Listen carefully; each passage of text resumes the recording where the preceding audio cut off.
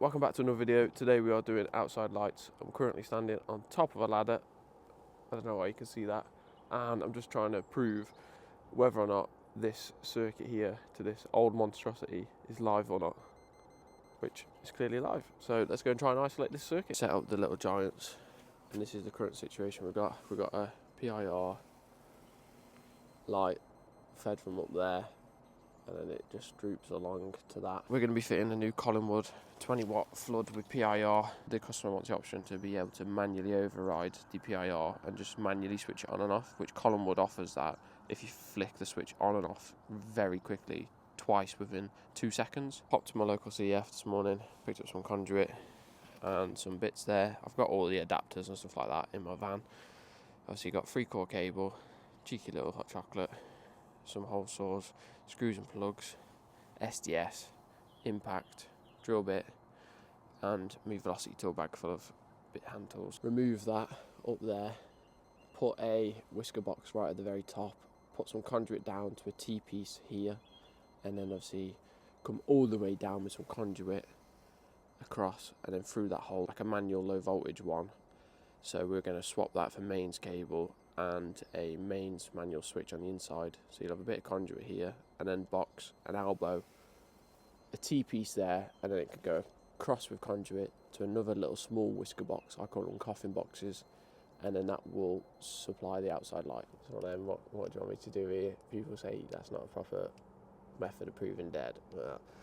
Yes, on paper, but it does work. I use it every single day. You can see on there, well, you can probably see better than me, to be fair, where that goes. Only thing I have noted is that obviously made the customer aware that this is twin and earth cable. It's not UV rated. Obviously you can see it's in the morning, the sun's over here, don't want to go too close, it'll blind you. So, and I know south facing is directly behind me, so it's not directly in the sunlight, but even still, obviously it's not fit for purpose, it's not ideal for outside. It's the newer twin and earth, so it's not as brittle, but even still, and it is good quality stuff, to be fair. It's Doncaster, so yeah, we'll be cutting that here and obviously having minimal and there'll be none on show for my new stuff. I'm not standing on the top step because you're never meant to do that, but I am.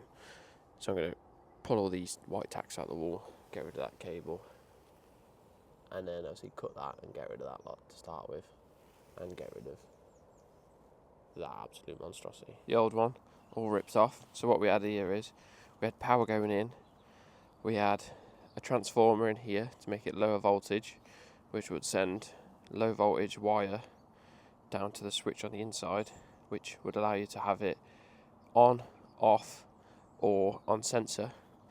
And then obviously you'd have the mains voltage going back across to the outside light.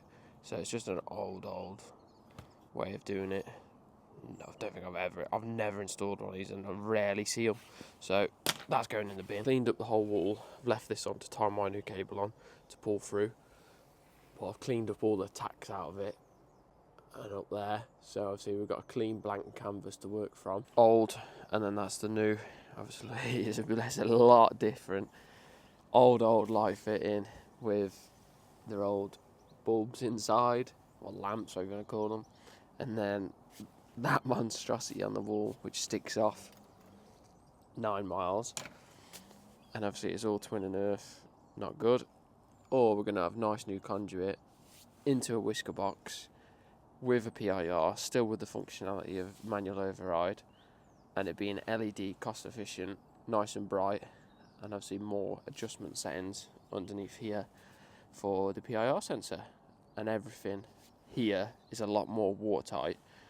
Obviously everything's IP68 really, whereas that, as you can see, it's fogged up and steamed up. And this is the whisker box going at the top. We've got to use that smaller one that side because they have a pre-wired flex, whereas this one will allow us a bit more room to work in and put the Wigos in nicely and tuck them at the top. So then if it ever did get water ingress, which it wouldn't, but if it did, then obviously the water would come out the bottom. Is take this lid off and have a look at the bottom, do both knockouts. So we're going to have a stuffing gland in that side for the twin and earth to go in. Obviously it's not ideal, but I'm not replacing absolutely everything. And then that one is going to have a female adapter for our conduit to go in, which is going to go all the way down that wall. Quite hard trying to film everything on my own and remembering to film everything, because you guys said you want more of actually what I'm doing, less talking. So let's shut up and show you what I'm doing. What I'm using is a flat blade screwdriver, a Wera one. This is my chiseling one. As you can see, it's not very VDE rated. And then using my CK cutters on the top, I literally just tap all the way around the edges just to get rid of that.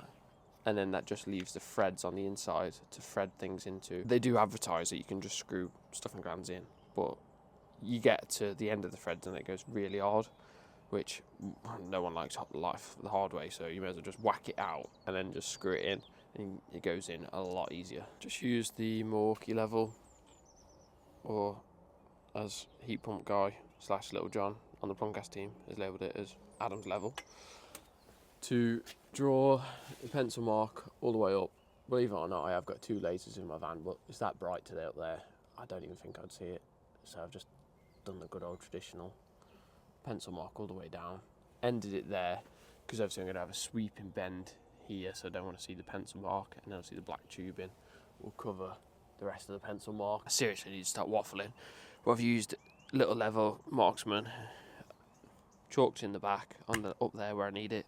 Going to get that drilled, plugged, mounted, get the cable in, Wago boxed, well, Wagoed, and the adapter in. Prepped all my saddles, so I've got all the bases off, all the screws separate, and then the top bit. So I've got 7 there. I've already drilled them all and red plugged every single one. I keep on my hand in front of the camera, it keeps focusing on that. So I'm going to put all those saddles on and the whisker box now. That's all the saddles on, and also the whisker box up here. If I try and not fall off the ladders. So obviously there ain't a great deal you can do here. Like, we ain't fully rewiring the place, we ain't fully ripping off all of that lot on there and climbing all the way up there, because we haven't obviously priced all that in. And it's one of them really. If this was an EICR, that would go down as a C3, in my opinion. It's not dangerous. Obviously, if it was like old stuff and it's fully deteriorating, you could see singles, yes. But here, obviously, it's more than fine. I've been bending it around and stuff, making sure it's fine. So it's going to stay like that for now. Obviously, we've got Wagos there, live neutral earth, and then we're going to run a 3-core down to the switch. So we'll have permanent live, neutral earth, and then the extra core we use our switch live, which will be back here going to the light. A little bit of jimmery pokering and cutting later. We're getting to this result where that's ready to go for an end box. Got a clip in between, got a 90 bend. Obviously I haven't put that last saddle in yet, because I still need to work on this bit, so I can push that out, slide it in, make sure it's all tight.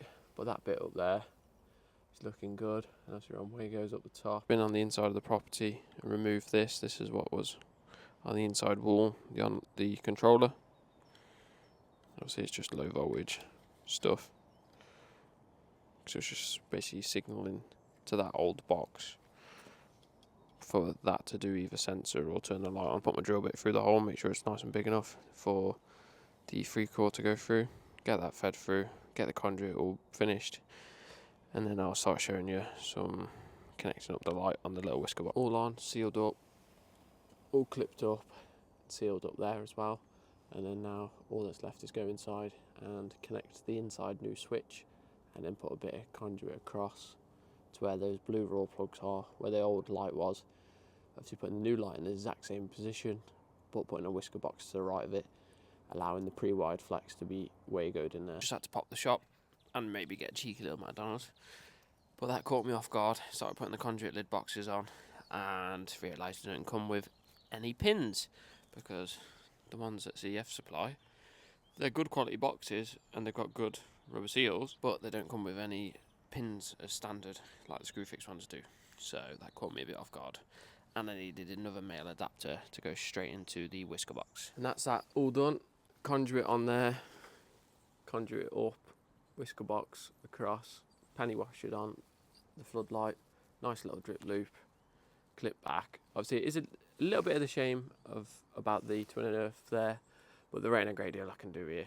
It's a million times better than what it was, and obviously this is a lot better to then say if that light did ever go faulty, it's a nice, easy, simple swap. Next little job. Magical this lot back into the van. That's going to round this video up. It's just a short, snappy one of what I was getting up to today. Obviously, I've said sorry, I keep saying I don't know why I do it. I just do and obviously someone keeps commenting it, but I just can't stop it. So today I've installed this outside light. Thanks for watching, and I'll catch you on the next one.